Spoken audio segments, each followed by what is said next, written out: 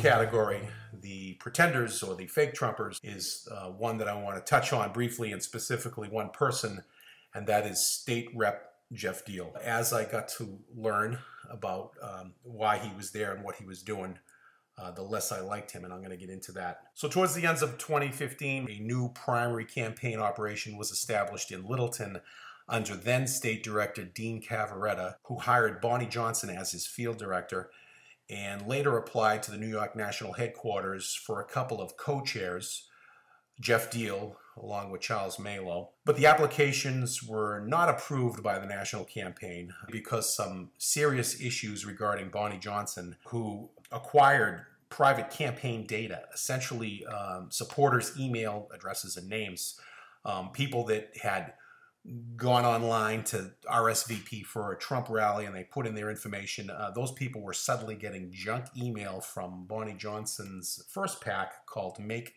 Masks Great, which Geoff Diehl was helping to promote. Dean was quietly dismissed right after Super Tuesday and the Littleton office was closed, but Geoff continued to falsely represent himself, to misrepresent himself as a co-chair, while he helped Bonnie promote her PAC on several occasions, such as when he slipped us this red PAC banner while we were sent to hold the blue 20K Dems banner. Bonnie Johnson. Anybody know Bonnie Johnson?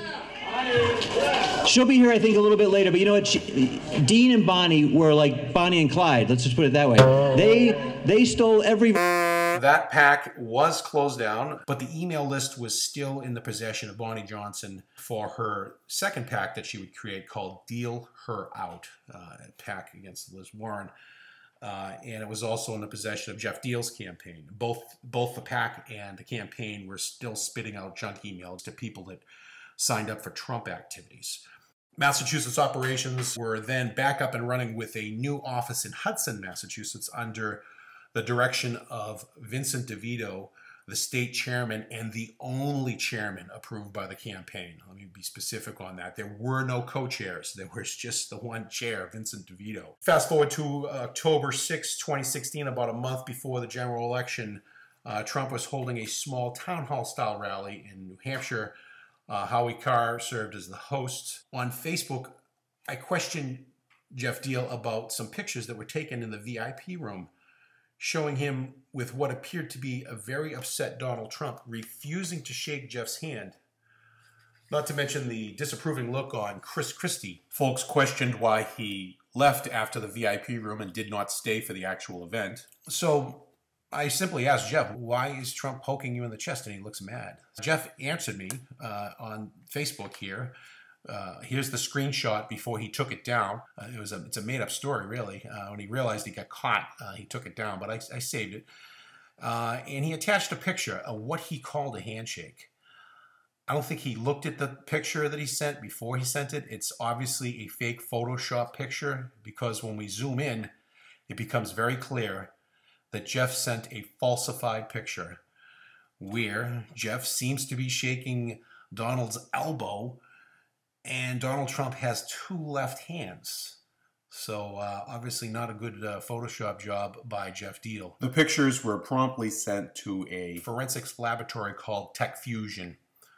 They are a reputable forensics lab that worked on cases such as the Hernandez case, 9/11, Deflategate, Boston Marathon bombing, you name it. They have a very lengthy resume, and they went over these pictures, and their analysis is that Geoff Diehl faked a handshake with Donald Trump. Not good. I mean, that might seem trivial or funny, but let me tell you, falsifying the intentions of the most powerful man in the world is not at all a funny thing. So in closing, let me summarize. Geoff Diehl lied about his title.